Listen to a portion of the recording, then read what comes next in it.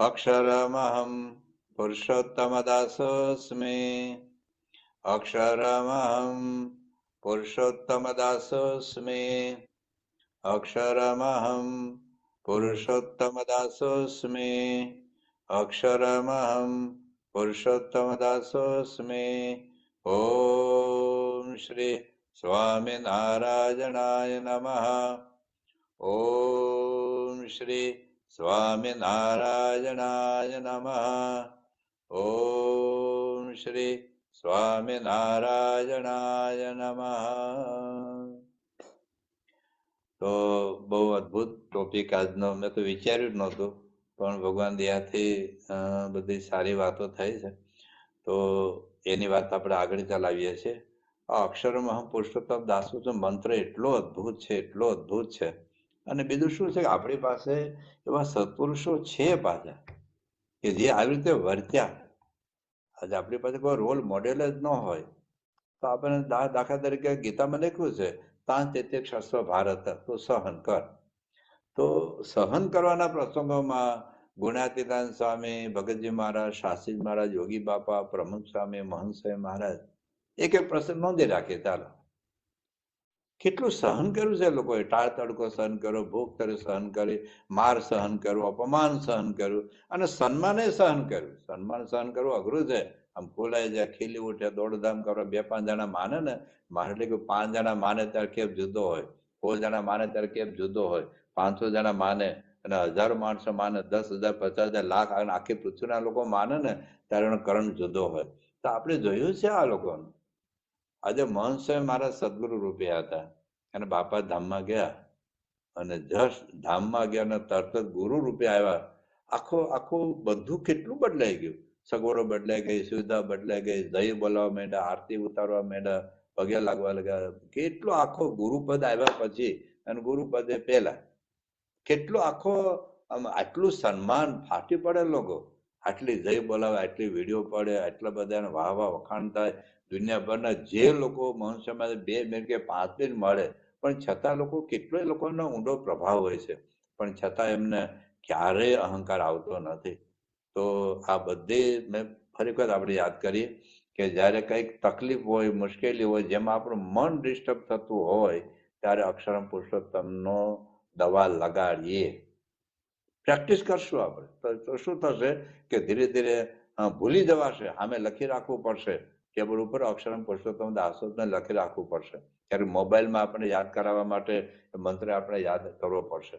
તો શું થશે કે ધીરે ધીરે આ એક દિવસનો કાર્યક્રમ નથી. એક દિવસમાં કઈ ક્રિકેટ નો શીખાઈ દેવાય. આપણે ડોક્ટર થતા વર્ષો લાગે, એન્જિનિયર થતા વર્ષો લાગે. તો આ કઈ એક દિવસનો કાર્યક્રમ નથી. અનંત જન્મથી આપણું માયામાં, દેહ ભાવમાં, સ્વભાવ, વાસના, પ્રકૃતિ પ્રમાણે જ આપણે વર્ત્યા છે. એમાંથી પાછા વળવું છે. એ પાછા વળવાની આપણી કોઈ તાકાત નથી. અક્ષર બ્રહ્મની જ તાકાત છે, આ મંત્રની જ તાકાત છે. એ તાકાતથી આપણે પાછા વળી શકીશું. તો જ્યારે જ્યારે કંઈ પણ જેને લીધે મન એકાદી સેકન્ડ પણ ડિસ્ટર્બ થાય, કંઈક દુઃખ લાગે, અશાંતિ રહે, ઉદ્વેગ રહે, અધંપ રહે, કમ્પ્લેનિંગ મોડ હોય આપણા મગજમાં, કમ્પ્લેન, આને આમ કેમ કર્યું, આને કેમ કર્યું, આને નહોતું કર્યું, આને નહોતું કર્યું, એ વખતે અક્ષરમ પુરુષોત્તમ. આ તો કેટલા બધા મુદ્દાઓ છે. આ તો જેમ તમે યાદ આવે એમ કહીએ છીએ. આ તો મેં ખાલી ગાઈડલાઈન આપી છે. હવે આપણને જ્યારે જ્યારે કમ્પ્લેન મોડ હોય ને, આપણને બેઠા બેઠા કમ્પ્લેન મળ્યા, આખી દુનિયા બની કમ્પ્લેન હોય કે રશિયા કોમ યુદ્ધ કરે, રશિયા યુદ્ધ કે તારે હું લેવા દે, હું જાણ ગોદરું ઓડી, કે યુક્રેન વાળો કેમ નથી માનતો, હું જાણ અમેરિકાના પ્રેસિડેન્ટ કેમ આગુ પાછું કરે, તું તને ક્યાં હું પૂછું, હું જાણ બેસા. કેમ કે હમણાં મનસામાને પૂછ્યું કે સ્વામી આ બધા જગતમાં બધું હું ચાલે છે, તો તમને કઈ જાણવાનો વિચાર જ નથી આવતો કે હું ચાલે છે, ક્યાં દુકાળ પડ્યું, ક્યાં ભૂકંપ થયો, ક્યાં સુનામી થયું, ક્યાં તમે સરકાર બદલાઈ ગઈ, ક્યાં આતંકવાદ થયો. મનસુખ આનંદ કોટી બ્રહ્માંડો છે, કેટલાકનું જાણીએ. આપણે ભગવાનની પ્રાપ્તિ એમાં ડૂબેલા ન રહીએ. કોઈ તો મનસુખ પૂછતા જ નથી હો, કઈ ક્યારે નહીં. સેવક પોતે તો છાપો વાંચતા નથી, પોતે ટીવી ચેનલ જોતા નથી, પોતે તો કઈ યુટ્યુબ ને જોતા નથી, પણ એનો તો વિચાર નથી આવતો. આશ્ચર્યની વાત તો એ છે કે એને ક્યારે વિચાર નથી આવતો કે આપણે કોઈ પૂછી લે કે જગતમાં શું ચાલે છે, આપણે કઈ નહીં, એને પડી જ નથી. અને કદાચ કોઈ સમાચાર આપે તો કઈક દુઃખ હોય તો પ્રાર્થના કરે, ધૂન કરે, ચાલો તમે યુદ્ધ બંધ થાય કે પ્રોબ્લેમ દૂર થાય, એટલું જ એટલું. પણ ટૂંકમાં આવી રીતે આવા પ્રસંગોમાં ખરેખર અત્યારે જે આપણા પાસે જે ખજાનો છે ને, ઉપયોગ જ નથી કરતા આપણે. ચાલો હું બધાને પૂછું, આપણી છાત ઉપર હાથ મૂકીને કહો કે અક્ષરમહમ પુરુષોત્તમ દાસોસ્મ મંત્ર 2018 આપણે મન સમાજ આપ્યો, ત્યાર પછી આપણે ક્યારેક બોલીએ છીએ, ઉપયોગ નથી કરતા. પારસમણી આપણે ગોખલામાં મૂકી રાખ્યો છે, મેં અને તમે બધા. આ વાત છે. બીજી વાત શું છે કે આવા જીવનચરિત્ર આપણી પાસે છે. આજે ગુણાતીતાનંદ સ્વામી, ભગતજી મહારાજ, શાસ્ત્રીજી મહારાજ, યોગી બાપા, પ્રમુખ સ્વામીના 11 ભાગ બહાર પડી ગયા. BA ના 10 લાખ હરિભક્તોને પૂછો, ચાલો આવ નાના બાળકોની વાત જવા દો, જેને વાંચતા ના આવડતું એની વાત જવા દો, જેને ગુજરાતી વાંચતા ના આવડતું એની વાત જવા દો, અથવા સાવ અભણ હોય એની વાત જવા દો, જેને આંખે ન દેખાતું એની વાત જવા દો, તો બાકીના કેટલા લોકોએ આ 10 ભાગ વાંચ્યા? 1 ભાગ કેટલા વાંચ્યો હશે પૂછો ને. તો યોગી બાબાના 6 ભાગ, પ્રમુખ સ્વામી મહારાજ તમને બહુ વાર કહેતા 10 વખત વાંચો, 20 વખત વાંચો, 40 વખત વાંચો. યોગી બાપાને વાંચ્યા જ કરો, વાંચ્યા જ કરો, વાંચ્યા જ કરો. એમાંથી આપણે બધું જ શીખવા મળશે. પણ આપણે ગુજરાત સમાચાર વાંચીએ, દિવ્ય ભાસ્કર વાંચીએ, ગુજરાતમાં શું ચાલે છે, મહારાષ્ટ્રમાં ચૂંટણીમાં શું ચાલે છે, બિહારમાં શું થયું, એમાંથી આપણે બહાર આવતા નથી.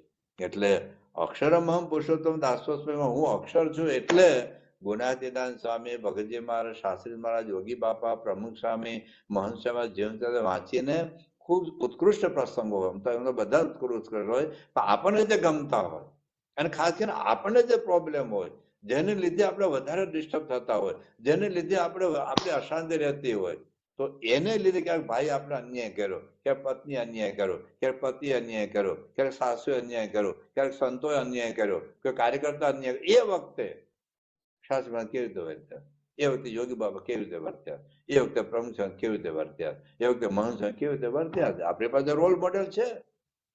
કેવી રીતે સ્ટેબિલિટી રાખી, કેવી રીતે સ્થિરતા રાખી, કેટલું નુકસાનમાં પણ એક શબ્દ બોલ્યા નથી. હું 3 પ્રસંગો તમને કહું.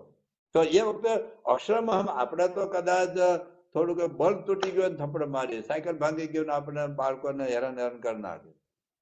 કેટલું નાનું થોડું નુકસાન થયું, આપણને નુકસાન ન થયું એ વાત બરાબર, થયું એ પણ વાત બરાબર, પણ છતાંય બાળકને મારવાથી, દીકરાને મારવાથી, અથવા તો વાઈફ હારે ઝઘડો કરવાથી ઉકેલ નથી આવવાનો.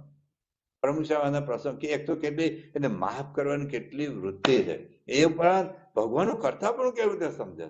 આપણે જાણતા હશો, તમને 3 પ્રસંગો કહું તો અક્ષરમ પુરુષોત્તમ દાસોસ્મી, આવું તો હજારો પ્રસંગ આ તમે ગાઈડલાઈન મળે કે આપણે અક્ષરમ પુરુષોત્તમ દાસોસ્મ મંત્ર ક્યાં કેવી રીતે લગાડવાનો છે. એક પ્રસંગ કહું, આપણે દિલ્હી અક્ષરધામની અંદર આજુબાજુમાં તળાવ હતું, એટલે મોટું તળાવ હતું, અને પછી ખબર પડી પાણી રોજનું 1000 લીટર પાણી અક્ષરધામના પાયામાં જાય, એ ખબર પડી.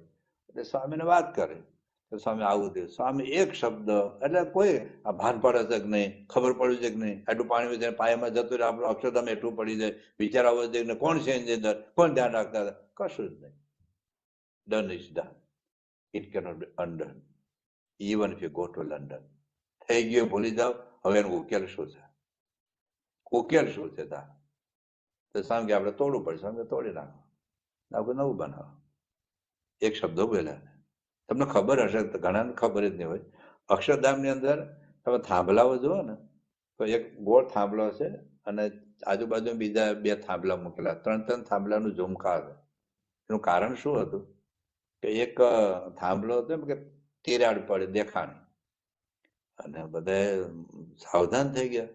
હજુ તો ઉપર ઘુમ્મટ બાકી હતો, ઉપર આખું સાવરણ બાકી હતું, અને સ્વામી પાસે આવ્યા બધી આખી ટીમ કે સ્વામી આ તિરાડ પડે છે. સ્વામી કે કારણ શું? ટોટલ કેટલું વજન છે એનું કેલ્ક્યુલેશનમાં ભૂલ થઈ, અથવા તો જે ખાંડના પથ્થર હોય ને એમાં થર હોય, એ થર, એ જો પથ્થર આમ ઉપરથી વજન આવે તો ફાટી જાય, પથ્થર આમ કપાણો હોય તો ઉપર વજન આવે તો વધારે મજબૂત બને. એટલે પથ્થર કેવી રીતે કપાણો આપણને ખબર ન હોય. સ્વામી કે ઉકેલ શું? તો સોમવાર કે સ્વામી 100 વર્ષ સુધી કઈ વાંધો નહીં. સ્વામી કે વાંધો નહીં, આપણે વાંધો જોઈતો જ નથી, ઉકેલ શું કે બાજુમાં સપોર્ટમાં થાંભલા મૂકો. તો 64 નવા થાંભલા મૂક્યા, કોઈને ખબર નહીં હોય, બધાને લાગે ડિઝાઇન જેવું નથી. અને પછી 7 ફૂટ ઊંચાઈ ઓછી કરી નાખી, અને સાવરણ મૂકવાનું હતું, સાવરણનું વજન વધારે અષ્ટકોણ હોય, આ ગોળ પછી ઘુમ્મટ મૂક્યો, ગોળ ઉપરનું છે ને એ. પણ સ્વામી કોઈને ઠપકો ન આવ્યો. એવી રીતે ત્રીજી ઘટના છે, તમે કલકત્તા કલકત્તા મંદિર આખું હેઠું ઉતારવું પડ્યું. BFS ની મોટા મોટી આ નિષ્ફળતા હતી એવું કહેવાય. પ્રતિષ્ઠાની તારીખ નક્કી હતી. પ્રમુખ શાહ મહારાજ વસંત પંચમીએ કલકત્તા મંદિરની પ્રતિષ્ઠા માટે જવાના હતા. એમાં ખરું પડે મંદિર આખું આમ નમે છે. નમે એટલે પથ્થરને વડે તિરાડ. પછી સ્વામી કારણ પૂછ્યું, કારણ શું? કે મંદિરના પાયાનું ફાઉન્ડેશન ડિઝાઇન ગુજરાતના એન્જિનિયર કરેલું. ત્યાં 16 ફૂટે પાણી આવી જાય. ત્યાં કલકત્તામાં પાણી ઉપર છે એટલે જે બાજુ આખું મંદિર આવે ત્યાં આખું મંદિર વજન વધારે, એટલે મંદિર એટલે વજન જમીન હોય ને આમ થાય, આમ થાય એટલે પથ્થર બધા તૂટવા માંડ્યા. હવે ઉકેલ શું? કોઈ સ્ટ્રક્ચરલ એન્જિનિયર કે બીજા કોઈ દેખરેખ કોઈને કશું જ બોલ્યા નહીં. સામે જે થયું ભગવાનની ઈચ્છા. તો ઉકેલ શું? કે સાહેબ ફાઉન્ડેશન તો બદલવું જ પડશે. તો કે ઉકેલ તો મંદિર હેઠું ઉતારો. આખું મંદિર હેઠું ઉતાર્યું, આખું. અને સંતોએ બધું ધ્યાન એટલું રાખ્યું, એક પથ્થરનું તૂટો નહીં પણ આખું મંદિર હેઠું ઉતારીને ફરી વખત બાંધ્યું. હવે આટલું બધું નુકસાન, લાખો કરોડો રૂપિયા નુકસાન થાય ને આખું મંદિર ઉતારવું, ફરી વખત ફાઉન્ડેશન કરવું. એટલે પછી સ્વામી એક શબ્દ બોલ્યા, તમે ખબર છે અક્ષરધામમાં આગ લાગી. પણ સ્વામી કઈ નહીં, આમ આગ લાગી એટલે મહારાજની જે મૂર્તિ હતી મોટી એમાં ઉપરથી પેલી મૂર્તિઓ પડેલી, કેટલો ઊંચો ઘુમટ હતો. અને ઈશ્વર સ્વામી હવારે તાત્કાલિક ત્યાં ગયા અને આમ આમ ડઘાઈ ગયા હતા કે શું થશે એમ. અને બાપા ત્યાં મુંબઈ હતા. સ્વામી ફોન કર્યો. સ્વામી એક વાક્ય બોલ્યા નહીં. કોની ભૂલ હતી, હું કર્યું ને કઈ ખબર પડે છે કે નહીં, પેલું શોર્ટ સર્કિટ કેમ થયું, કશું જ કઈ નહીં. ભગવાનની ઈચ્છા, ભગવાન વધારે સારું હવાયું સારું થશે. અને સ્વામી એક વાક્ય બોલ્યા નહીં. તો આવા પ્રસંગોમાં ક્યારેક મંદિરમાં થોડું બગડ્યું ને આપણે પેલા ખખડાવી એટલો નાખીએ, પેલો ફરી કોઈ મંદિરમાં આવતો બંધ થઈ જાય. તમે જોજો કંઈક મંદિરમાં કોઈ ભૂલ થાય, કાર્યકર હોય, યુવક હોય, બહેન હોય, ભાઈ હોય, કઈ કામ કરતા કરતા રસોઈ બગડે, કદાચ 2 મણ બટેટા બગડ્યા અથવા થોડી રસોઈ બગડે, થોડી રસોઈ વધી, કોણ કેટલું ખાવાનું છે શું ખબર પડે. હવે રાજકોટમાં એક ભાઈના છૂટાછેડા શું કામ થયા ખબર? 2 રોટલી વધારે વધી, 2 રોટલી વધી, સાસુ ટેટે કરતી હતી. હવે એમાંથી આખા છૂટાછેડા ત્યાં. બોલો, ભજીયા વહી દે એમાંથી નોખા થયા. હવે આ નાની નાની નુકસાનથી વાત બરાબર છે, પણ કોણ કેટલું ખાવાનું થોડા કોઈ અંતર્યામી હોય છે. તો સાસુને ઝઘડો જ કરવો હોય એટલે કોઈ પણ બાને ઝઘડો થાય. એમ આપણે ઝઘડો જ કરવો હોય તો કોઈ દિવસ આપણા સેન્ટરમાં સત્સંગ વધે નહીં. થોડું ઉદાર દિલ રાખવું પડે. અમારા પૂજ્ય સર્વમંગલ સ્વામી વાત કરે કે 1 લાખ રૂપિયા છે ને સંપ માટે રાખી મૂકવાના ઘરમાં, જુદું. આખા વર્ષમાં 1 લાખ તો નુકસાન થવા નથી, 5 વર્ષે ન થાય. ખાલી થોડુંક દાળ વધે, થોડું ઘી વધે, થોડું બગડ્યું, થોડું આ થયું તે તો એમાં શું આપણે ડિસ્ટર્બ થઈ જાય. પછીનું જે નુકસાન છે ને એ આપણે જોતા નથી. એક હરિભક્ત જતો રહે, એ કાર્યકર્તાઓ તો બંધ થઈ ગયા, કેટલું બધું નુકસાન થઈ જાય. તો એ આપણે નથી વિચારતા. તો આવા પ્રસંગોમાં એક તો આપણામાં જે દુર્ગુણો છે એ દુર્ગુણો વખતે અક્ષરમ અહમ એ વિચાર કરવાનો. કામનો, ક્રોધનો, લોભનો, માન, ઈર્ષા, સ્વાદ, અહંકાર, જે કઈ આપણામાં દુર્ગુણ છે એ વખતે અક્ષરમ પુરુષોત્તમ દાસોત્મી કે એ વખતે આ ગુણાતીત ગુરુ કેવી રીતે વર્ત્યા છે. પછી સદગુણમાં જ્યાં સહન કરવાનું આવે, મનનું મૂકવાનું આવે, અનુકૂળ થવાનું આવે, કેટલું પ્રમુખ સમય અનુકૂળ થયા, કેટલું અનુકૂળ થયા. એક પ્રસંગ તમે જાણતા હશો કે સ્વામી મુંબઈ હતા અને મુંબઈની અંદર સ્વામીનો પ્રોગ્રામ થાણા હતો.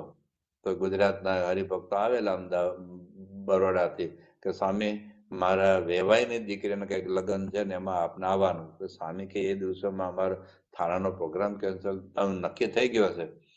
તો પહેલા તો ના તમારે આવવું જ પડશે, પણ સ્વામી કે અમે થાણાનો 2-3 વખત કાર્યક્રમ કેન્સલ થયો છે, હવે ફરી વખત કેન્સલ કરીએ તો પછી હરિભક્તો બિચારા બહુ મુશ્કેલી થાય. આ તો અમે બેંગ્લોર હતા ત્યાંથી આ થાણાનો કાર્યક્રમ નક્કી થઈ ગયો છે, તમે ફરી વખત અમે ત્યાં વસંત પંચમી બરોડા આવવાનું છે, તો તમારે ત્યાં પધરામણ આવી જઈશું, તમારે વેવાઈને ત્યાં પધરામણ આવી જઈશું, જમાઈને દીકરીને બધાને અમે આશીર્વાદ આપી દઈશું, પણ અત્યારે આ કાર્યક્રમ રહેવા દો. અને પેલા હરિભક્તો બોલ્યા અમે આટલા પૈસાની સેવા કરીને દીકરાઓ સાધુ કરવા આપી અને તમે અમારી આબરૂ હું, મેં મારા વેવાઈને કહી દીધું છે કે હું પ્રમુખ સ્વામી લાવી તો મારી આબરૂનું. હવે એના આબરૂનો વિચાર કરે. પ્રમુખ સાહેબ મહારાજે થાણામાં કાર્યક્રમ છે, બેંગ્લોર હતા ત્યાંથી નક્કી કરી દીધું અમે આવવાના છીએ. સ્વામી આવવાનું કેવી તૈયારી કરવી પડે, કેટલું બધું ઉતારણ, સભાનું, બીજું ત્રીજું બધું હોલ રાખવા પડે. એક તો મંદિરો હતા નહીં, હોલ ભાડે રાખવાના બધું જ હોય ને. હવે કેટલું તૈયાર કરે હોય. પણ પેલા હરિભક્ત મેં મારા વેવાઈને વચન આપ્યું છે તમારે આવવું જ પડશે. તો બાપા પોતાનું મનનું મૂકી દીધું. કોઠારી સ્વામી કીધું મુંબઈના કોઠારી બાપાને કે ભાઈ થાણ હરિભક્તને કહી દો કે અમે ફરી વખત આવશું, આપણે કાર્યક્રમ કરીએ છીએ અને અહીંયા આપણે બરોડા જઈએ. તો સ્વામી ગયા બરોડા. કેવા કેવા પ્રસંગોમાં સ્વામી કેવી રીતે રહ્યા છે, વર્ત્યા છે બધા. તો સદગુણોમાં મનનું મૂકવાનું આવે, અનુકૂળ થવાનું હોય, સહન કરવાનું આવે, બીજાને દાસ ભાવે વર્તવાનું આવે. કેટલા નાના બાળકોને મનુષ્ય પગે લાગે, યુવકોને દંડવત કરે. આપણે આપણા દીકરાને પગે લાગ્યા છે ક્યારે? તો ભક્તિમાં પણ કેવી ચેષ્ટા બોલે છે મનુષ્ય મહારાજ. સેજ પણ કઈ ઉતાવળ કરે ને કેન્સલ કરે, ફરી વખત આખી બોલાવે. આ તો 92 વર્ષની ઉંમરે પણ એની ચેષ્ટા, એની ભક્તિ, એની પૂજા કેવી રીતે મહંસય મહારાજ આ બધા પ્રસંગોમાં વર્ત્યા છે. તો ટૂંકમાં બધા સદગુણો, ધર્મ, જ્ઞાન, વૈરાગ્ય, ભક્તિ, સંત, સેવા, આપણે આરતી, આપણે પૂજાની વાત કરતા હતા. કેવી પૂજા સ્વામી કરે છે, કેટલી સ્થિરતાથી. ભગવાનને ફરી વખત કેટલા દર્શન કરે. તો આપણે દર્શન કેવી રીતે કરીએ, આપણે દંડવત કેવી રીતે કરીએ, આપણે ભક્તિ કેવી રીતે કરીએ, આપણે ચેષ્ટા કેવી રીતે બોલીએ છીએ. તો સદગુણોમાં પણ અક્ષરમ હમ પુરુષોત્તમ દાસોસ્મિ. અને એ માટે ગુણાતીતાન સ્વામીથી માંડીને મહંસય મહારાજ સુધીના પ્રસંગો આપણે વિચાર. હમણાં એક પુસ્તક બહાર પડ્યું છે, જો આ તમે બતાવું છું, સદગુણોના સિંધુ. તો એ પુસ્તક છે ને, રોજ 2 પેજ વાંચવાના, 5 પેજ વાંચવાના, તો આપણને મહંસય કેવી રીતે વર્ત્યા, કેવી રીતે માફી માગે છે. પેલા બાળકોનો પ્રસંગ આવે છે ને, બાપા 2001ની સાલમાં અમેરિકાના કિશોરો, યુવકો બધા ઇન્ડિયા આવેલા અને મહંસય મહારાજે પ્રવચન તૈયાર કરેલું, સ્લાઇડ તૈયાર કરેલી અને પીપીટી બધું બતાવતા હતા. પણ બાળકો એટલા થાકી ગયેલા તો બધા ઊંઘી ગયેલા, લાંબા પગ કરીને ઊંઘી ગયેલા. ખાલી 20-30 જ બાળકો હતા. મહંસય એટલો બધો પુરુષાર્થ કરેલો પણ બધા ઊંઘી ગયેલા. અને પછી મહંસય મહારાજ બોચાસણ આટલા જ રહ્યા. આટલા જ રહ્યા બાળકોને માફીનો પત્ર લખો અંગ્રેજીમાં કે હું તમને સમજાવી શકવા નહીં, બહુ લાંબુ પ્રવચન મારું હતું, મને માફ કરજો. પછી રોબિન્સન અક્ષરધામ ઉદઘાટન વખતે જે બધા બાળકો હતા મોટા મોટા થઈ ગયેલા, એમાંથી બધા સંતો પણ જે બધા સંચાલનમાં હતા, એમણે મહંસય મહારાજે પૂછ્યું કે સ્વામી, આ બધા બાળકો તમે પ્રવચન કરે, બાળકો લાંબા પગ કરીને સૂઈ ગયા હતા, તો તમને શું વિચાર આવ્યો? આપણે તો ખખડાવી નાખીએ કે નહીં, માઇક છોડીને ઉભા થઈને જતા રહેલા કાર્યકર્તા કે આ બધા બાવડું પકડીને ઉઠાડો બધાને, આ બધા હોઈ ગયા છે મારે પ્રવચન, ખખડાવી નાખીએ ને આપણને.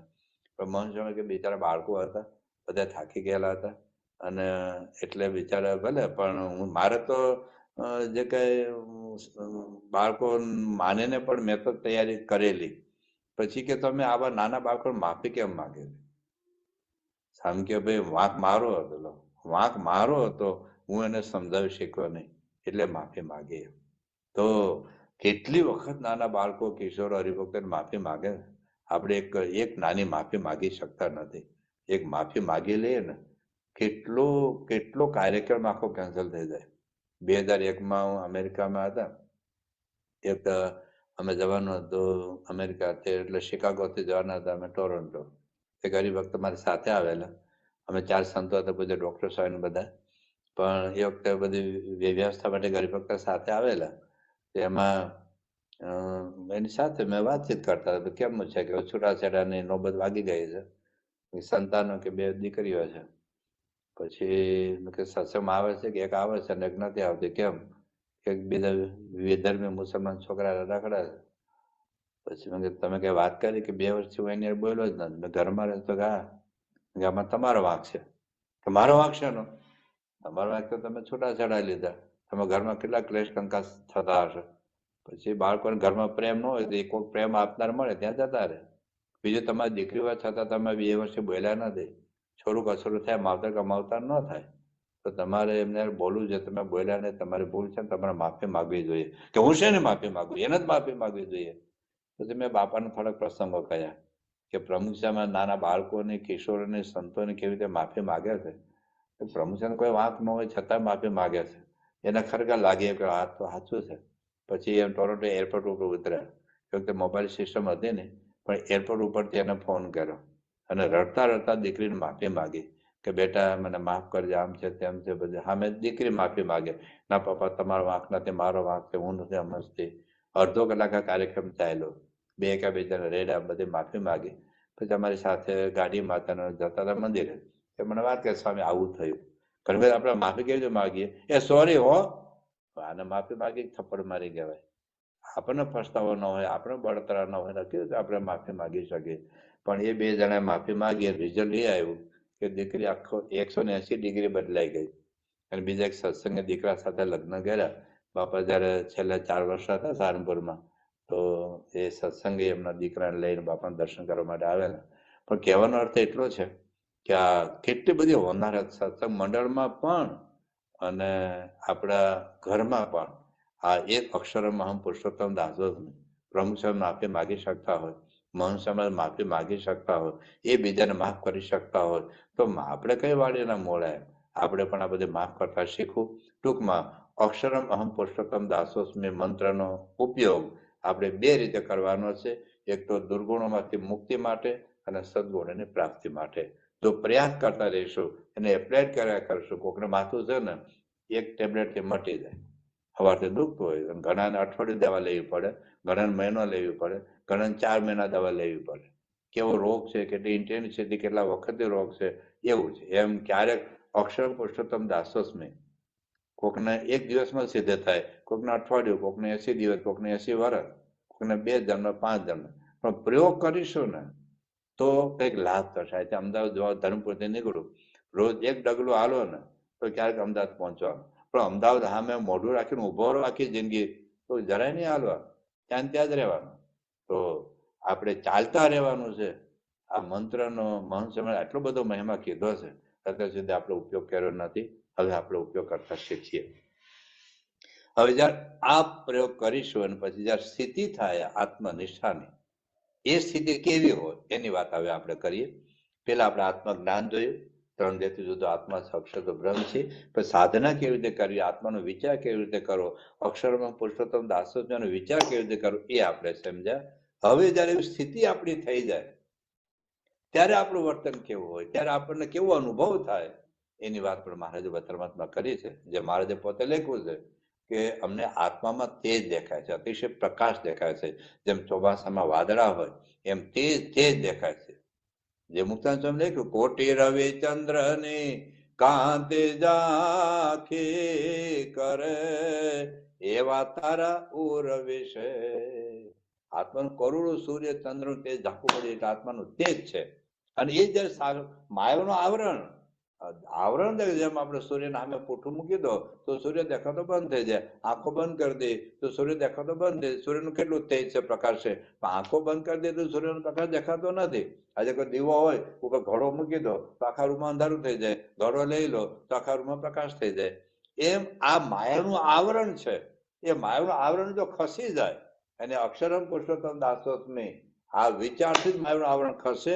કારણ કે એમાં બે આવી જાય છે, ઉપાસના પણ આવી જાય છે, પુરુષોત્તમ ઉપાસના પણ આવે છે, અને ઉપાસના કરીને જ આત્મદર્શન થાય છે. એ વાત મહારાજે પ્રથમના 56મા વચનામૃતમાં, મધ્યના 35મા વચનામૃતમાં અને અંત્યના 36મા વચનામૃતમાં મહારાજે આ વાત કરી છે કે ઉપાસના વગર આત્મદર્શન નહીં થાય, કેવળ બોલવાથી. પણ આપણે તો બે છે, ઉપાસના પણ સાથે છે અને વિચાર પણ સાથે છે. તો આવું થશે તો પછી મહારાજે લખ્યું છે પ્રથમના 20મા વચનામૃતની અંદર એ સ્થિતિ કેવી છે. જો મહારાજે પ્રથમના 20માં કહે છે, આપણે વાંચીએ.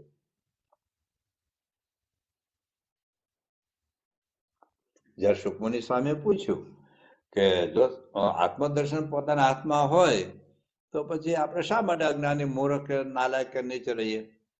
તો મહારાજ કહે છે, જો આપણી ખામી બતાવે છે કે જેને સત્સંગ થયો છે એટલે આવા સત્પુરુષ મળ્યા છે, તેને તો પોતાના જીવાત્માનું દર્શન પોતાના હાથમાં છે. કોઈના ઉપર ડિપેન્ડન્ટ નથી, કોઠારી ઉપર, ભંડારી ઉપર, કોઈના ઉપર નહીં. તમારા પત્ની ઉપર, પતિ ઉપર, સાસુ ઉપર, વહુ ઉપર, જિલ્લાના કલેક્ટર ઉપર, મામલતદાર ઉપર, ધારાસભ્ય ઉપર, મંડળ, કોઈના આપણા ઉપર જ છે.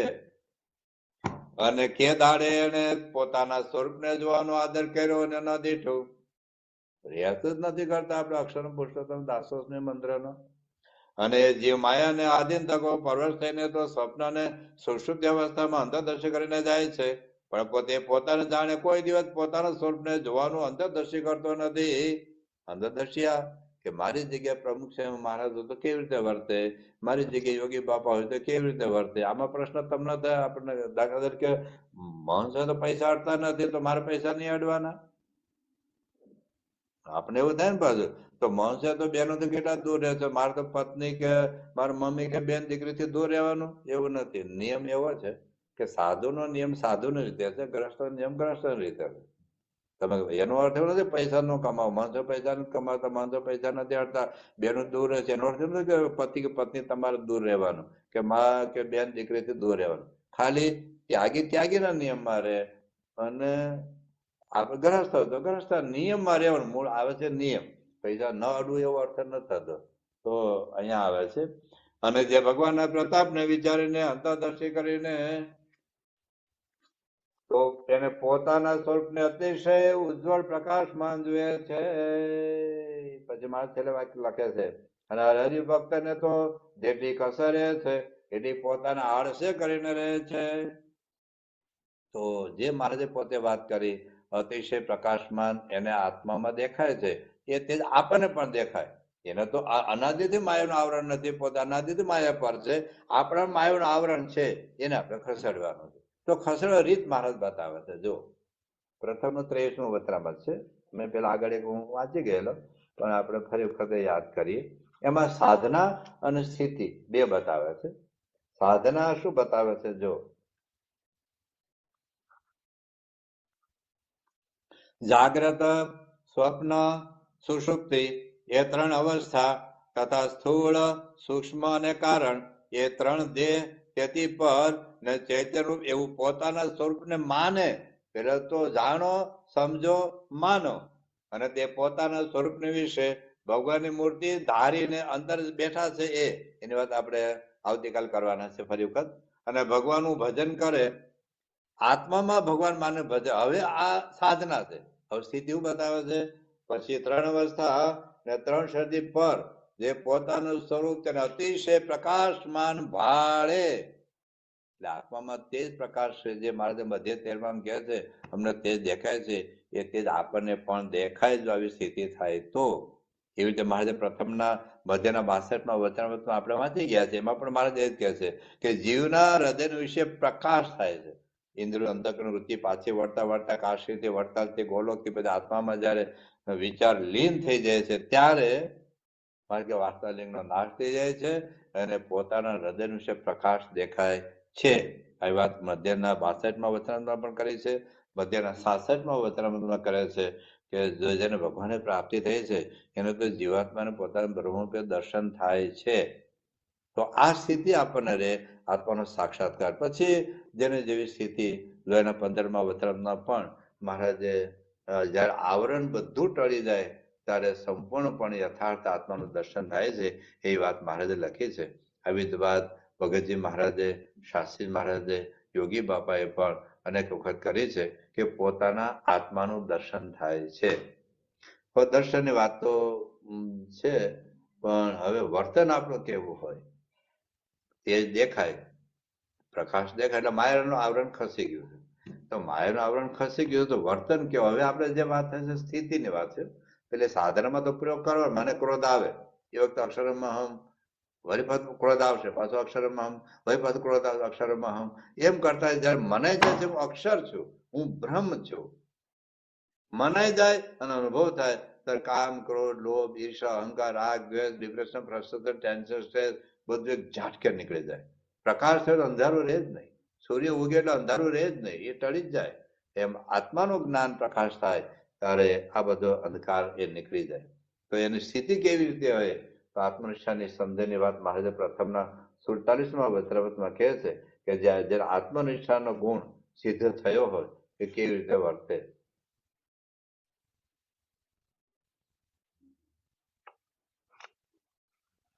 એમાં મહારાજે 4 ગુણની અપેક્ષાની વાત કરી છે. અને જેને આત્મનિષ્ઠા પ્રધાન હોય તે તો ત્રણ દેહ અને ત્રણ અવસ્થા તેથી પર અને સત્તારૂપ એવો જે પોતાનો આત્મા તે રૂપે નિરંતર વર્તે. પછી દેહ ભાવ આવે જ નહીં, એના અખંડ આત્મા રૂપે જ વર્તે. પછી મહારાજે પ્રથમના 56માં વચનમાં એવી વાત કરી છે કે નિશ્ચય તો બે ના છે, પણ એકને જગતની કામના રહે છે ને એકને નથી રહેતી. કારણ શું? મહારાજ કે બ્રહ્મ સ્વરૂપે વર્તે છે. જે જ્ઞાની છે એ બ્રહ્મ સ્વરૂપે વર્તે છે એટલે એને ભગવાનનો યથાર્થ મહિમા સમજે છે, એટલે પછી એને ભગવાન સિવાય બીજી કોઈ વાસના રહેતી નથી. પછી આત્મા રૂપે જે વર્તો એની વાત કેવી હોય, સારંગપુરના 12મા વચનામૃતમાં મહારાજે બહુ સરસ વાત કરી છે.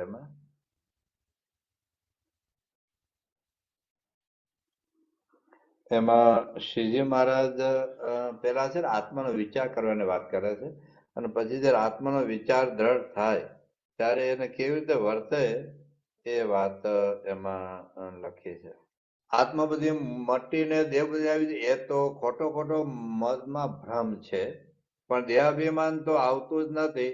શું કે છે? અને એ માને જે હું તો દેહ છું. ઉપર શરૂઆતથી વાંચીએ આપણે. પ્રશ્ન એવો પૂછ્યો છે, મુક્તાનંદ સ્વામીએ પ્રશ્ન પૂછ્યો છે, સારંગપુરનું 12મું વચનામૃત છે કે દેહની અને આત્માની નોખી વ્યક્તિ સમજાણી હોય તો પણ તે વ્યક્તિને ભૂલીને પાછો દેહાભિમાન કેમ થઈ જાય છે? આપણી સાધનાની અવસ્થા છે. આત્મારૂપ માનીએ, વળી પાછો દેહ ભાવ આવી જાય, વળી આત્મારૂપ માનીએ, પાછો દેહ ભાવ આવી જાય. પણ જો યથાર્થ થયું હોય તો હવે મારે શું કહે છે કે દેહ આત્માની વ્યક્તિ એક વાત ચોખ્ખી સમજાણી હોય તો પછી ભૂલાય નહીં. જેમ પંખો અને ટ્યુબલાઇટ જુદા દેખાય છે ને, કોઈ જે મને કે પંખો ટ્યુબલાઇટ છે, ટ્યુબલાઇટ છે પંખો છે. સાયકલ ક્યારે ગાડી મને, ગાડી ક્યારે સાયકલ મને ફિટ જ થઈ ગયું છે ને. કે મોબાઈલ એ ઘડિયાળ નથી, એ જુદું જ મને લક્ષણો જુદા છે. એવી રીતે અહીંયા દેહ ને આત્મા જુદા છે. એક જ વ્યક્તિ ચોખ્ખી થઈ ગઈ કે પાછી ભૂલાય નહીં, અને માને જે હું દેહ છું તો પણ દેહ પોતા રૂપ મનાય જ નહીં. લો આપણે દેહ પણ એક જ ફિટ થઈ ગયું તો પછી પોતે દેહ નહીં મનાય. અને ભગવાનનો નિશ્ચય પણ જો એકવાર દ્રઢ થયો હોય તો પાછો ટળે તો પણ ટાળે નહીં, અને તો ટાળે તો પણ ટળે નહીં. અને એમ જણાય છે આત્મબુદ્ધિ મટીને દેહ બુદ્ધિ આવી જાય છે, એ તો ખોટો ખોટો મનમાં ભ્રમ છે. આત્મારૂપ થયા પછીની વાત છે. અત્યારે આપણને તો ભ્રમ રહે, પણ દેહાભિમાન તો આવતું જ નથી. અને એવો જે પરિપક્વ જ્ઞાની તેને તો આત્માનું જ અભિમાન દ્રઢ રહે છે. એટલે હું આત્મા છું, અક્ષર છું, બ્રહ્મ છું. કોઈ પણ સેવા ભજન ભક્તિમાં એ જ એના અનુસંધાન રહ્યા કરે ને તે પોતાને આત્માને બ્રહ્મરૂપ માને છે, અને તે બ્રહ્મ વિશે પરબ્રહ્મ જે પુરુષોત્તમ ભગવાન અખંડ બિરાજમાન છે, આવું એને અખંડ એ રહ્યા કરે છે. એટલે ટૂંકમાં આત્મા રૂપે જો વર્તાતા હોઈએ તો પછી મહારાજ આમાં કહે છે કે અખંડ કોઈ દોષનો આપણે અનુભવ જ ન રહે. ગુણાતીતાનંદ સ્વામી કહ્યું કે આત્મનિષ્ઠ થાવ તેને કઈ જોઈએ જ નહીં, કોઈ અપેક્ષા જ નહીં. બોલ્યા તો ભલે, ના મળે તો કોઈ અપેક્ષા નહીં, કોઈ ઉપેક્ષા નહીં. મળે તો ભલે, ના મળે તો ભલે. સગવડ મળે તો ભલે, અગવડ મળે તો ભલે, ઠંડુ મળે તો ભલે, ગરમ મળે તો ભલે, ખાટું મળે તો ભલે, તીખું મળે તો ભલે. એને કોઈ અપેક્ષા જ નથી. તો એ બીજું એક સ્વામી આત્મનિષ્ઠા શબ્દ તો આકાશનો ભાગ સમજે, શબ્દ લાગે જ નહીં. અને આપણે જોયું છે ગુણાતીત ગુરુઓમાં ક્યારેય લાગ્યું નથી. એ કોઈ જોગી બાબા એવું બોલ્યા છે કે જો અક્ષર મને તો આપણે અક્ષરધામમાં બેઠા એ અખંડ મનાય. બસ શેર ઓસરી જે મહારાજ કહે છે મધ્ય 13માં કે શેર ઓસરી બસ કશું દેખાતું નથી. અક્ષરધામમાં અખંડ બિરાજમાન છે. અક્ષરધામમાં તો અક્ષર મુક્ત સિવાય કઈ છે જ નહીં ત્યાં. તો એવો ભાવ આપણને અહીંયા દેખાય. છતાં જે અક્ષરધામની મુક્તિનો અનુભવ થાય, જે મહારાજે અત્યારે બીજામાં લખ્યું છે કે દેહ મૂકીને પામવાની એ સ્થિતિ આપણને અહીંયા અનુભવાય. દેહ મૂક્યા પછી નહીં. મહારાજે સારંગપુરના 10માં એ વાત કરે છે કે ધામ અને ધામના ધણી અને માત્ર દૂર રહે નહીં, કારણ પોતે જ અક્ષરધામ બની ગયા. મહારાજે મધ્ય 13 વાત કરી ને કે જે આત્મા કહીએ, અક્ષર કહીએ, અક્ષરધામ કહીએ, પોતે જ અક્ષરધામ બની ગયા. પોતે અક્ષરધામ બની ગયા તો જવા આવવાનું રહેતું જ નથી. આ દેહ પડે એટલે પછી ભલે અક્ષરધામમાં જઈએ, પણ અક્ષરધામમાં જે ભગવાનનું સુખ અક્ષરધામમાં ગયા પછી આવવાનું છે, એ સુખ આપણને જો આવી સ્થિતિ થઈ જાય તો અહીંયા પણ આપણને સુખનો અનુભવ થાય. અખંડ કે વર્તે, યોગી બાપા કે આત્મા રૂપે વર્તે તો શાંતિ, સુખ, આનંદના ફુવારા છૂટેલો. આપણને ક્યારે ફુવારાનો તણકો ઉડ્યો નથી, કારણ કે આપણે જે દેહ ભાવમાં છે. આ તો હવે આ જો સ્થિતિ થાય, અમેરિકા જવાય તો કેટલો બધો લાભ થાય. તો લોકો અમેરિકા જાય છે.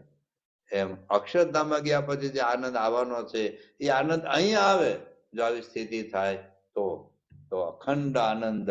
આપણે જોયું છે આ બધા ગુણાતીત ગુરુઓમાં માનમાં, અપમાનમાં, તિરસ્કારમાં, ઉપેક્ષામાં એના લેશ માત્ર ફેરફાર થયો નથી. યોગી બાપા બોલે છે કે બ્રહ્મ સ્થિતિના લક્ષણ શું? તમે યોગી ગીતામાં લખ્યું છે કે માન અપમાનમાં એકતા રહે. બસ જો માન અપમાનમાં એકતા રહે, સુખ દુઃખમાં સંભાવ રહે, આણ વૃદ્ધિ હોય, જય પરાજય હોય, તો એમાં આપણે સ્થિરતા રહે, અખંડ ગુણાતીત ભાવે આપણે વર્તીએ તો યોગી બાબા કે આત્મનિષ્ઠા શું કોઈ ધુંબા મારે, બે ધુંબામાં વધુ મારે, એટલે બે ધુંબા વધુ માર તો આત્મા પે વર્ત્યા કહેવાય. આ તો પ્રેક્ટિકલી યોગી બાપા બધી વાતો કરે છે. તો પ્રમુખ છે મહારાજ, મહંત છે મહારાજ પણ આવી વાતો કરી છે કે હું આત્મા છું, અક્ષર છું, બ્રહ્મ છું મનાય તો દેહ જગતમાં ક્યાંય આપણને વાસના રહે નહીં, આસક્તિ રહે નહીં, કોઈ દુઃખ દર્દ પીડા વેદના રહે જ નહીં. પણ બાપા એવું બોલેલા અમારી સંતોની શિબિરમાં. બાપા કે યોગી બાપાના દુઃખો આવ્યા છે, યોગી બાપાને અપમાન થયા છે, ભગતજી મહારાજને અપમાન થયા છે, પણ પોતાના આત્મારૂપ માની લીધું, અક્ષર માની લીધું, બ્રહ્મ છે માની લીધું, કોઈ દુઃખ લાગ્યો નહીં. આપણો એ માર્ગ છે. આપણે એમ કહીએ કે તો યોગી બાપા તો અનાદિના હતા, ભગતજી મહારાજ તો અનાદિના હતા, પણ સ્વામી કે આપણે અનાદિના, આપણે આવા થવું નથી. એ ભલે અનાદિના હતા પણ મનુષ્ય રૂપી આ રીતે વર્તી શક્યા તો આપણે પણ એના જેવા થવાનું છે.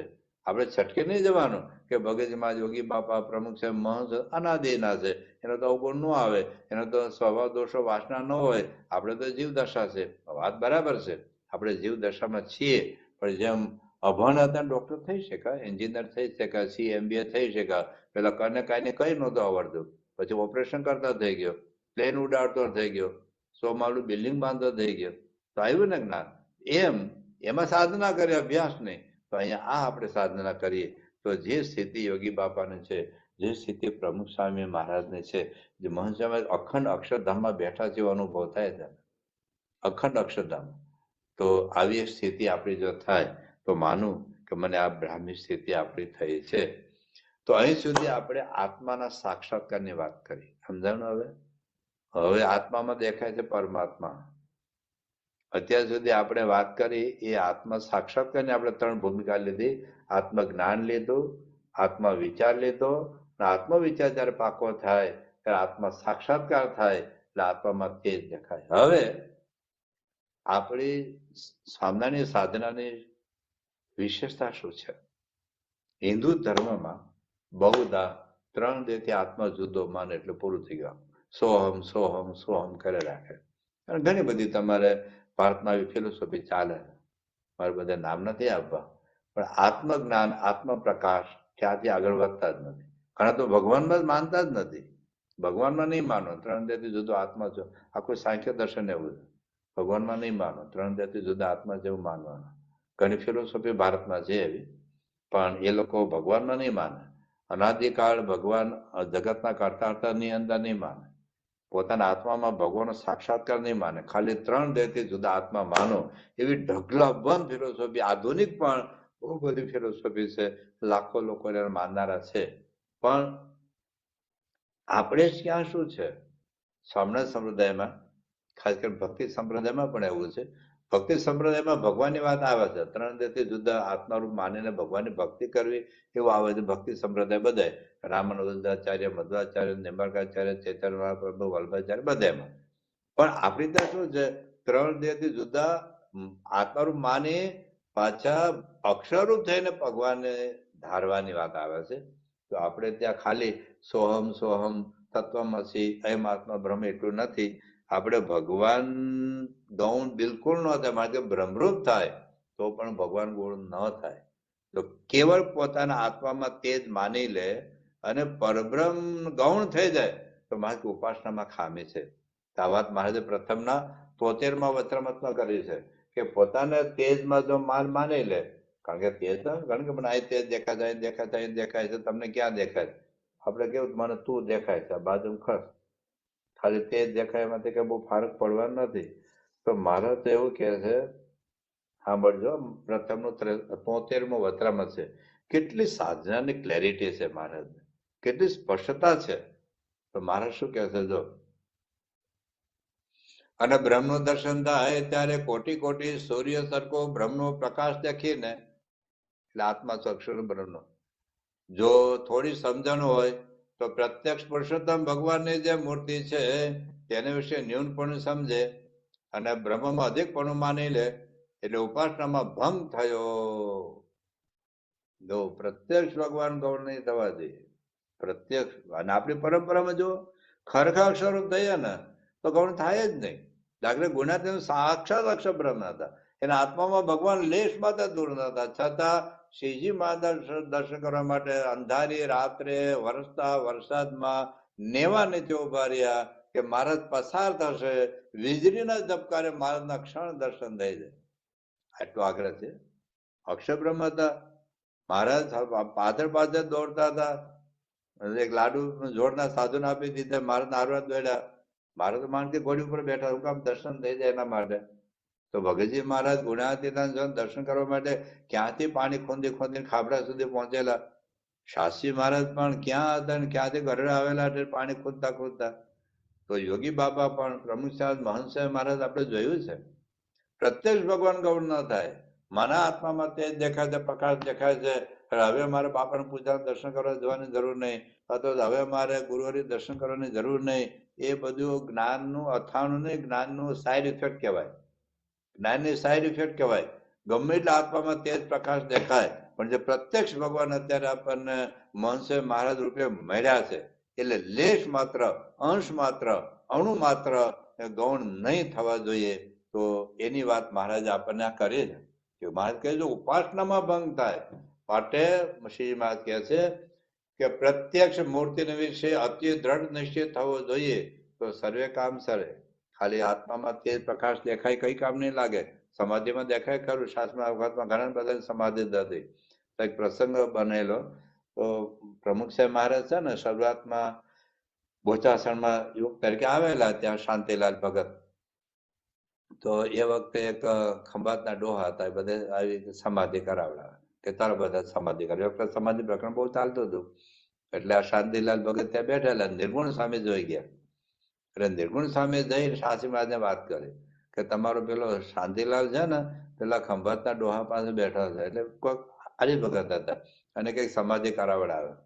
એટલે શાસ્ત્રી મહારાજ કે બોલાવે.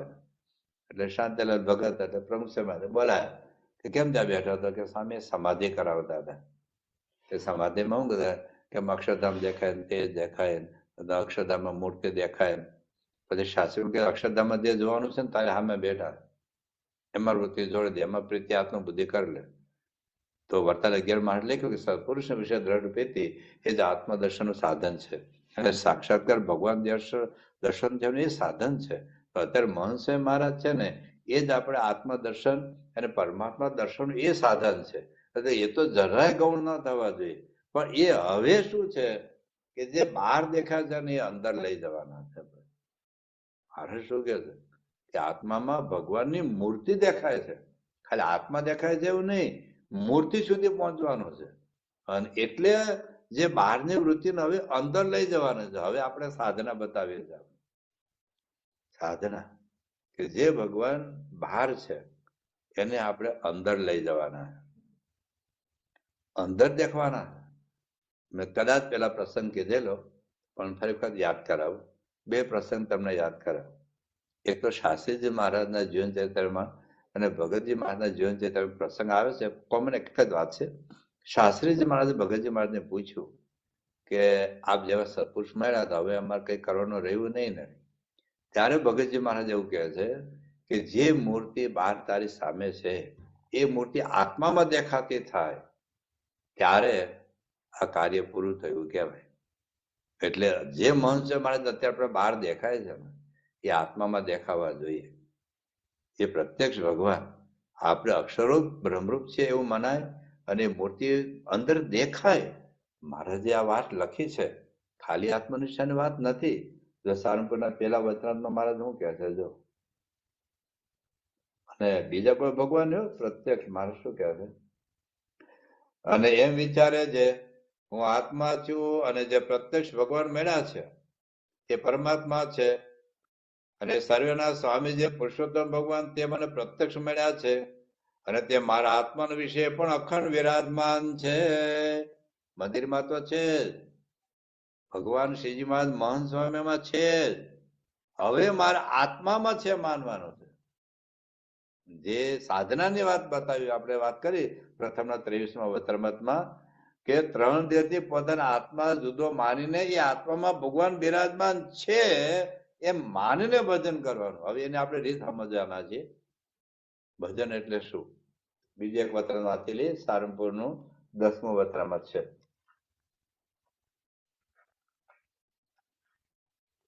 એમાં મારે શું કહે છે સાંભળજો. પોતાના જીવાત્માને સ્થૂળ સૂક્ષ્મને કારણ એ 3 શરીર તકે પૃથક માને. બરાબર, આટલું પૂરતું નથી. હવે અને તેને વિશે અખંડ ભગવાન બિરાજમાન છે એમ જે સમજે. મંદિરમાં જે મૂર્તિઓ છે ને એમાં તો ભગવાન છે જ, મોહન સ્વામીમાં તો ભગવાન છે જ, અણુ અણુમાં ભગવાન છે. ઈશાવાસમ ઇદમ સર્વમ, એ તો ભગવાન છે જ. સિયા રામમય શબ્દ એ તો ભગવાન છે જ. યો મામ પશ્યતે સર્વત્ર, એ ભગવાન અણુમાં છે જ. ભગવાનનું અન્વયપણું બધે છે, પણ એ ભગવાન હવે પોતામાં લાવવાના. શું કે છે? અને તેને વિશે અખંડ ભગવાન બિરાજમાન છે એમ જે સમજે તો તે સંત થકી અથવા હરિભક્ત થકી ભગવાન અથવા ભગવાનને ધામ તેનું માત્ર છેટા નથી. કારણ આપણે ધામ બની ગયા, એટલે આત્મા કહીએ, અક્ષરબ્રહ્મ કહીએ, અક્ષરધામ કહીએ, તો આપણે અક્ષરધામ બની ગયા. અને આપણે આત્મામાં ભગવાન બિરાજમાન છે એવું પેલા માનવાનું, પેલા સમજવાનું, પેલા ધારવાનું, પેલા વિચારવાનું. આ સાધના આપણે કરવી પડશે. તો શાસ્ત્રીમાં જે કીધું કે તમને જે પ્રત્યક્ષ મળ્યા છે તો પૂર્વના સંસ્કાર છે, તો હવે એને અંદર લઈ જવાય આપણી સાધના. સમજાઈ ગયું? આપણને મન સમાજ મળ્યા, એક તો એમની કૃપા, એમની કરુણા, પૂર્વના સંસ્કાર, અનેક જન્મ સંસિદ્ધ તતઃ યાતિ પરામ ગતિ. અનંત જન્મના પુણ્ય ભેગા થાય ત્યારે પરમ ગતિનો અર્થ મારે મધ્યના 8માં કર્યો છે કે પ્રત્યક્ષ ભગવાનની પ્રાપ્તિ એ પરમ ગતિ છે. તો કરોડો જન્મના કઈ સંસ્કાર હશે અને વિશેષ એમની કૃપા હશે. બાકી 8 અબજ માણસમાં આપણને મનસામાં ઓળખાય ને? કેવી રીતે ઓળખાય આપણે? શું આપણા સાધનો, શું કર્યું છે આપણે? મોટા મોટા જ્ઞાનીઓને નથી ઓળખાણ.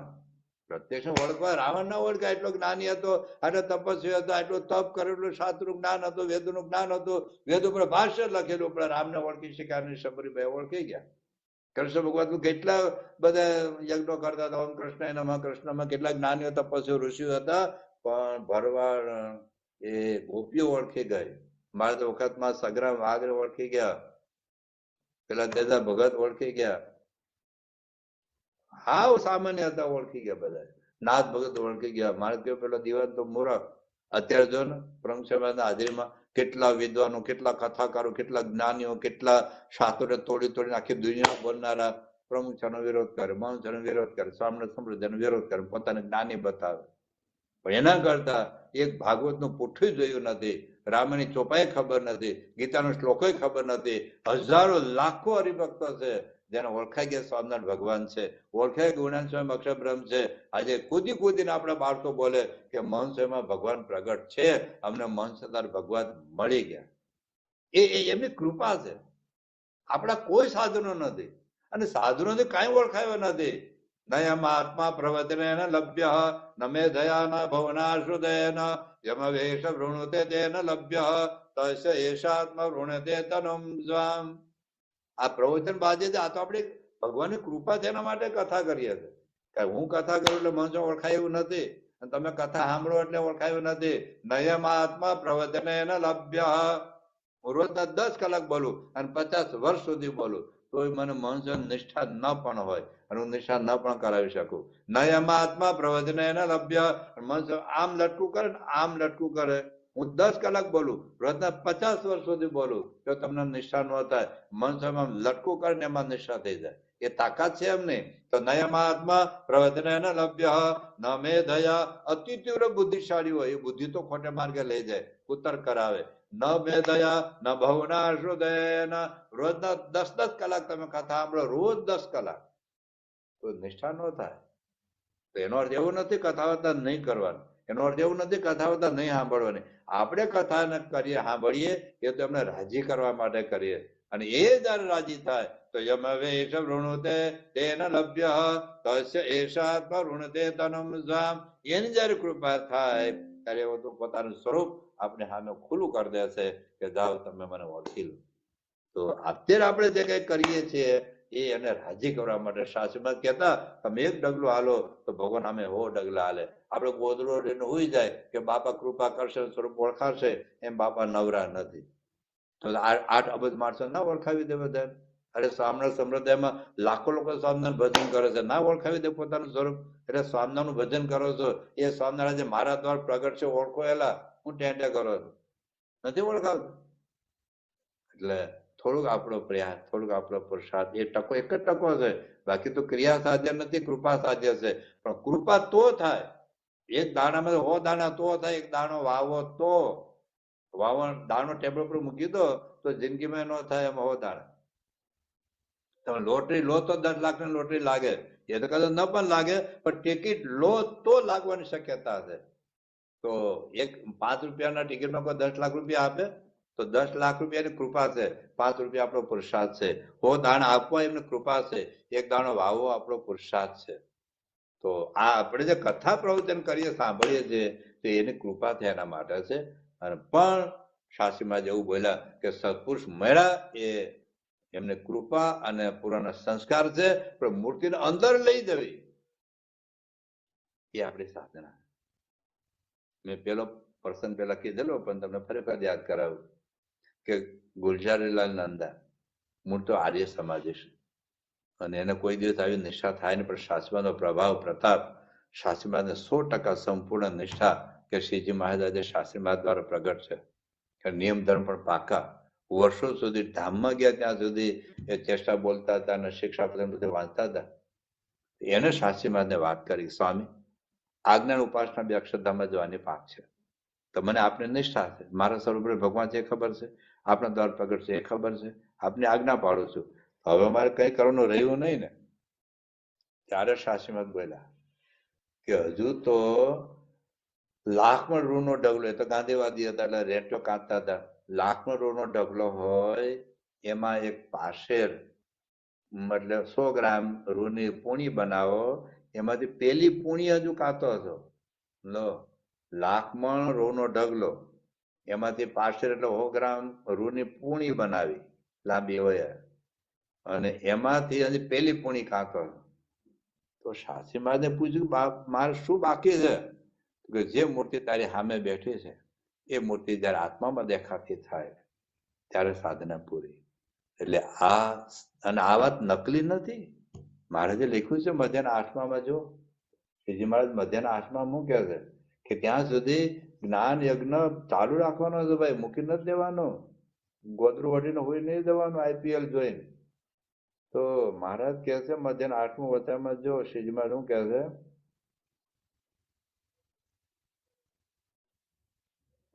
અને અમારી પણ એ જ આજ્ઞા છે જે સર્વે પરમહંસ તથા સર્વે સત્સંગી જ્ઞાન યજ્ઞ કર્યા કરજો. એટલે આત્મામાં મહારાજ રહ્યા છે, જ્ઞાન યજ્ઞની વાત આગળ વાત કરે છે. અને એમને એમ જ્ઞાન યજ્ઞ કરતા કરતા જયારે પોતાનું સ્વરૂપ જે બ્રહ્મ, આત્મા અક્ષર બ્રહ્મ, તેને વિશે પરબ્રહ્મ ભગવાન સાક્ષાત્કાર દેખાય, એ જ જ્ઞાન યજ્ઞનું ફળ છે. જ્યાં સુધી આત્મામાં રહેલા પરમાત્મા, પેલા તો માનવાનું, પેલા તો ધારવાનું, પેલા તો વિચારવાનું, પછી સમજવાનું, અને પછી સાધના કરવાની, અને પછી જયારે આત્મામાં ભગવાન છે એવી પ્રતીતિ થાય, આપણે દેખાય, ક્યારેક ન પણ દેખાય. મહારાજે લોહીના 7માં ખુલાસો કર્યો છે કે કદાચ દેખા નહીં, પણ દ્રઢ પ્રતીતિ હોય ને તો પણ એ દેખાવા જેટલું છે, એવું મહારાજે લોહીના 7મા વચનામૃતમાં વાત કરી છે. તો મહારાજ હવે આગળ કહે છે, અને એવી રીતે જ્ઞાન યજ્ઞ કરતા કરતા જયારે શ્વેતદ્વીપમાં નિર્ણય મુક્ત છે એવું થવાય, ત્યારે જ્ઞાન યજ્ઞનો વિધિનો અવધિ આવી રહ્યો. એટલે આવી સ્થિતિ આત્મા પરમાત્મા અને બ્રહ્મ પરબ્રહ્મ દેખાય ત્યાં સુધી. અને જ્યાં સુધી એવું ન થવાય, સાંભળજો, ન થવાય ત્યાં સુધી એટલું અધૂરું જાણવું, અધૂરું છે, હજુ પ્રાપ્તિથી પૂરું થઈ ગયું, પણ સ્થિતિથી અધૂરું છે. જયારે મારા સામે જોઈએ તો કશું બાકી નથી, પણ બાજુમાં ગુણાતીતાનંદ સ્વામી ઉભા છે ને, એના સામે જોઈએ તો ઘણું બધું બાકી છે. ડોક્ટર સ્વામી કહે છે ઘણું ઘણું ઘણું ઘણું કર્યું અને ઘણું ઘણું ઘણું બાકી છે. અને નિર્મુક્ત જેવા થવાની અતિશય ઈચ્છા રાખવી, પણ સદારે થવું નહીં, અને પોતાના વિશે અપૂર્ણપણું માનવું નહીં. આ પણ પાકું, ભગવાન મળ્યા છે, મહારાજ મળ્યા છે, બાપા મળ્યા છે, સ્વામી મળ્યા છે, તો પ્રાપ્તિથી અપૂર્ણપણું નહીં માનવું, પણ સિદ્ધિ હજુ બાકી છે, સિદ્ધિ હજુ બાકી છે. પ્રાપ્તિથી આપણે પૂર્ણ કામ બરાબર, પછી જો સ્થિતિના, મને મેડિકલ કોલેજ મળી ગઈ, એનો આનંદ છે. પણ મેડિકલ કોલેજમાં મેળા પછી ભણવું તો પડે તો ડોક્ટર થવાય. તો મેડિકલ કોલેજમાં એડમિશન મેળવ્યું એનો આનંદ જુદો અને ડોક્ટર થયા પછીનો આનંદ જુદો. એમ આજે મને ખાંડ મળી ગઈ એનો આનંદ જુદો, ખાંડ ખાધા પછી જે ગળપણનો આનંદ જુદો. મને પીઝા મળી ગયા એનો આનંદ જુદો અને પીઝા મળ્યા પછી ખાવાનો આનંદ જુદો.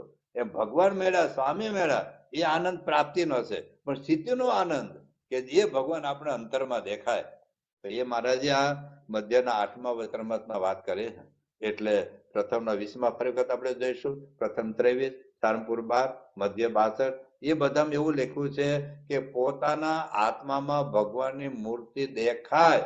ખાલી દેહ ને આત્મા જુદો નથી, ખાલી દેહ ને પ્રકાશમાં જોવાનું નથી, પણ એ આત્મામાં પુરુષોત્તમ નારાયણની મૂર્તિ દેખાવી જોઈએ. તો દેખાય ત્યારે સાક્ષાત્કારની સ્થિતિ કહેવાય. પણ એના માટે સાધના જરૂરી છે. તો સાધના હું માનવાનું હવે?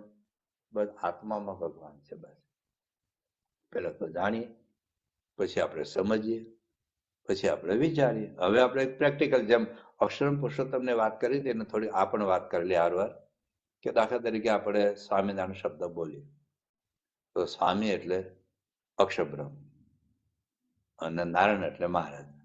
તો સ્વામી અને નારાયણ એટલે હું સ્વામી છું, એટલે હું ગુણાતીતાન સ્વામી છું. નારાયણ મારા વિશે રહ્યા છે. એ તો અક્ષરમ અહમ પુરુષોત્તમ દાસોસ્મે, હું અક્ષર છું એટલે કે હું મહારાજ છું, એટલે હું જોગી મહારાજ છું, પ્રમુખ સ્વામી છું, મહંત મહારાજ છું, અને મારા વિશે મહારાજ રહ્યા છે. હવે જે પુરુષોત્તમ દાસોસ્મે જયારે બોલીએ ત્યારે પુરુષોત્તમ મૂર્તિમાં તો છે જ મંદિરોમાં, અથવા તો આપણે પૂજાની સામે મૂર્તિમાં તો છે જ, ઘરના ઘર મંદિરમાં તો છે જ, મહંત સ્વામીમાં તો છે જ, પણ મારા આત્મામાં છે એવું માનવાનું છે. હવે શું કરવાનું? કે દાખલા તરીકે તમે બાપાનું સ્મૃતિ કરો કે તમને ગોંડલમાં ગયા હતા, બાપાએ તમારા માથે હાથ મૂક્યો હતો. એ ગોંડલ, એ સભા મંડપ, સ્વામીની રૂમ, સોફા પર બાપા બેઠા હતા, સ્વામી તમારા માથે. એ હવે આખું છે ને સિંહાસન સહિત મહારાજને અંદર લઈ જવાના છે. અંદર આત્મામાં મહારાજ, પ્રમુખ મહારાજ બેઠા છે, તો હું માથું નમાવું છું, પ્રમુખ મહારાજ મારા માથા પર હાથ મૂક્યો છે, એ આત્મામાં ધારવાનો છે. બાપાને વોકિંગ કરતા આપણે રોડ ઉપર જોયા છે. હવે રોડ અંદર લઈ જાઓ અને મહંત મહારાજ અંદરમાં વોકિંગ કરે છે, પ્રમુખ અંદર વોકિંગ કરે છે. આપણે બાપાને સ્વિમિંગ પુલમાં નાતા જોયા છે, સ્વિમિંગ પુલ આખો અંદર લઈ જાઓ અને સ્વિમિંગ પુલ અંદરમાં જવાનો પ્રયાસ કરીએ. આપણે માનસી કરતા હોઈએ, બાપાને સ્નાન કરતા, બાપાને જમાડતા, હવે એ બધું અંદર લઈ જાઓ. બાપા આત્મામાં બેઠા છે અને અંતરમાં મહારાજ બેઠા છે, સ્વામી બેઠા છે, સ્વામીનું જગાડું છું, સ્વામીને સ્નાન કરાવું છું, સ્વામીને વાઘા પહેરાવું છું, સ્વામીને ચંદન ઘસું છું, સ્વામીને હાર પહેરાવું છું, સ્વામીને હાર, એ બધું અંદર જ હવે બધું આત્મામાં લઈ જાઓ ધીરે ધીરે. અત્યાર સુધી આપણે શું કરીએ? બહાર બધી આ પ્રોસેસ કરીએ છીએ. સ્મૃતિ બહાર કરી, બાપા મેં લંડન દર્શન કર્યા, લંડન દર્શન બરાબર, એ લંડન, એ સભા મંડપ, એ બાપાનું સિંહાસન, બાપા હાથ મૂક્યો, બાપા લટકું કર્યું, બાપાએ ફૂલથી આપણે પુષ્પજળમાં રીંગા, એ હવે અંદર લઈ જવાનું છે. તો અંદરમાં ભગવાન બિરાજમાન છે. આપણી સાધના છે. સાધના આ છે કે હવે અંદર વૃત્તિ પાછી વાળીને, માટે કહ્યું ને ઇન્દ્રિય વૃત્તિને પાછી વાળીને આત્મામાં જોઈએ છે. જે મધ્યના 62માં કાશી સુધી વૃત્તિ પાછી વાળો. કાશીમાં બાપાને જોયેલા, વર્તનમાં બાપાને જોયેલા, ગઢડામાં બાપાને જોયેલા, સારંગપુરમાં જોયેલા. દર વખતે કાશી ને કઈ બધું ના લીધું હોય. અર્થ એ છે કે લંડન કે અમેરિકા, કેનેડા કે ન્યુયોર્ક કે એડિશનમાં જોયેલા, એડિશન અંદર લઈ જાઓ, ન્યુયોર્ક ને અંદર લઈ જાઓ, લંડન ને અંદર લઈ જાઓ, અમદાવાદ ને અંદર લઈ જાઓ. જ્યાં બાપા વકીલના પૂજાના જે યોગી બાપા, પ્રમુખ મહંત મહારાજ, એ પ્રત્યક્ષ ભગવાન છે અને એ આપણે ડબલ રોમાં કામ કરે છે. મહંત અક્ષરબ્રહ્મ પણ છે અને મહારાજ પ્રત્યક્ષ પણ છે. તો અક્ષરબ્રહ્મ હું છું, મહારાજ અંદર રહ્યા છે. તો ક્યાં મહારાજ ના જોવા જોઈએ? મહારાજ તો આપણી પાસે જોયા નતા. એ મહારાજ અત્યારે મહંત સ્વામી છે, મહંત સ્વામી અંદર જોવાના છે. તો ધીરે ધીરે આ વિચાર જો આપણે કરતા રહીશું કે મારા આત્મામાં ભગવાન છે, મારા આત્મામાં શ્રીજી મહારાજ છે, મારા આત્મામાં મહંત મહારાજ છે. હવે બહાર જે આપણે સ્મૃતિ કરીએ, ચેષ્ટા બોલીએ, ચેષ્ટામાં જે કઈ સ્મૃતિ કરીએ ને, હવે અંદર ઘણી વખત બહાર આપણે બહારની વિડીયો જોતા હોઈએ, વિડીયો જોવાની ના નથી, પણ જે કુશળ કુંવરબાની જેમ મહારાજે પરમહંસનો ઉપદેશ આપે છે કે ભગવાન દર્શન આપણે આંખો ફાડીને જોઈએ રાખીએ. જો મહારાજ સારંગપુરના બીજામાં શું વાત કરી છે, જો પેલા વાત કરીને આપણે પૂરું કરીએ તો મહારાજે સારંગપુરના બીજામાં ટોપિક મહારાજે પૂરો કર્યો હતો એટલે આપણે કરી દઈએ છીએ. પણ મહારાજ એમાં જો કુશળ કુંવરબા તો જેમ શું કે છે એમ એક દ્રષ્ટિ કરીને મૂર્તિને જોતે જવું, સાંભળજો, જોતે જવું અને દ્રષ્ટિ પલટીના અંતરમાં તેવી ને તેવી મૂર્તિ ઉતારવી. હવે મહારાજે લખ્યું છે. હું તો મારી વાતો નવી વાતો કરતો જ નથી અને મેં સિદ્ધ કર્યું એવું બોલતો નથી, પણ હું એટલું કહું છું કે આ વચરામૃતમાં સાધના બતાવી છે. મારે તમારે કરવી પડશે. શાસ્ત્રી મહારાજે ભગતજી મહારાજે કહેલું અને શાસ્ત્રી મહારાજે ગુલજારલાલ નંદન કહેલું. મહારાજે મધ્યના આઠમાં વાત કરી કે પોતાના સ્વરૂપમાં ભગવાન દેખાય ત્યારે જ્ઞાન એનું આ સ્થિતિનું અધૂરુંપણું છે, પ્રાપ્તિનું પૂર્ણ કામપણું છે. બે વાત છે. તો મહારાજ શું કહે છે કે અને દ્રષ્ટિ પલટીને અંતરમાં તેવીને મૂર્તિ ઉતારવી. જેમાં ધરમપુરમાં કુશલપુરભાઈ હતા, તે અમારા દર્શન કરતા જતા હતા અને દ્રષ્ટિ પલટાવીને મૂર્તિને અંતરમાં ઉતારતા. તેમ દર્શન તો મનયુક્ત દ્રષ્ટિને એકાગ્ર રાખીને કરવા. તો આવી રીતે તમે આપણે ગુરુના દર્શન કરતા હોઈએ, બાપાના પૂજાના દર્શન કરતા હોય તો દર્શન કરવાના અને એ મૂર્તિ પર આખી પૂજાનું સ્ટેજ અંદર લઈ જવાનું, બધું જ અંદર લઈ જવાનું, બાપાના સોપર બધું જ.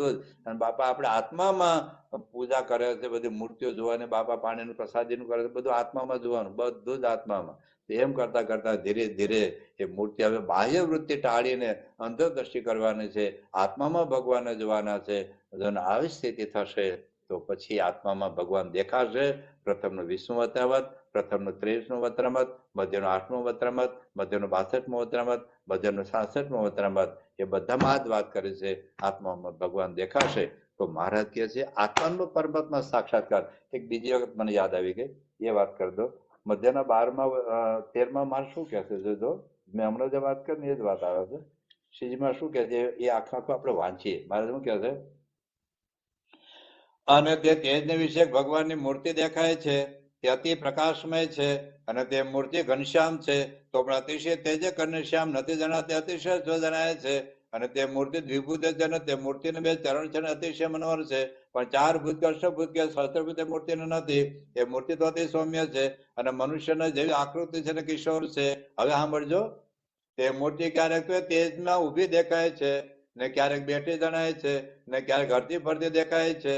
એનો અર્થ શું થયો કે મનુષ્ય ક્યારેક બેઠેલા દેખાય, મનુષ્ય ક્યારેક ઉભેલા દેખાય, મનુષ્ય ક્યારેક વોકિંગ કરતા દેખાય. બધું ક્યાં જોવાનું છે? અંદર આત્મામાં બધું જોવાનું છે. ક્યારેક મનુષ્ય બેઠેલા દેખાય, વોકિંગ કરતા દેખાય, જમાય દેખાય, હિંચકે બેઠેલા દેખાય, ફૂલમાં રંગ છાંટતા દેખાય. પછી મહારાજ આગળ કહેશો, જોજો. અને મૂર્તિને ચારેક વાર મુક્તાના મંડળ ભરીને બેઠા છે. એટલે પૂજામાં હજારો હરિભક્તો બેઠા હોય, સંતો બેઠા હોય, કેબિનમાં સંતના સેવક પણ બેઠા હોય. તો આ બધું હવે અંદરમાં જોવાનું છે. સભા બધી અંદર લઈ જાઓ. હવે મંડળ ભરાઈને બેઠા છે ને તે સર્વે મુક્ત છે. એક નજરે તે ભગવાનની મૂર્તિ સામે જોઈ રહ્યા છે. આખી સભાને અંદર લઈ જવાની. હવે તો ટૂંકમાં હવે જે બહાર આપણે જોઈએ છીએ એને હવે અંદર જોવાની પ્રેક્ટિસ કરવાની છે. અને એની કૃપાથી પછી માયાનું આવરણ ટળી જશે.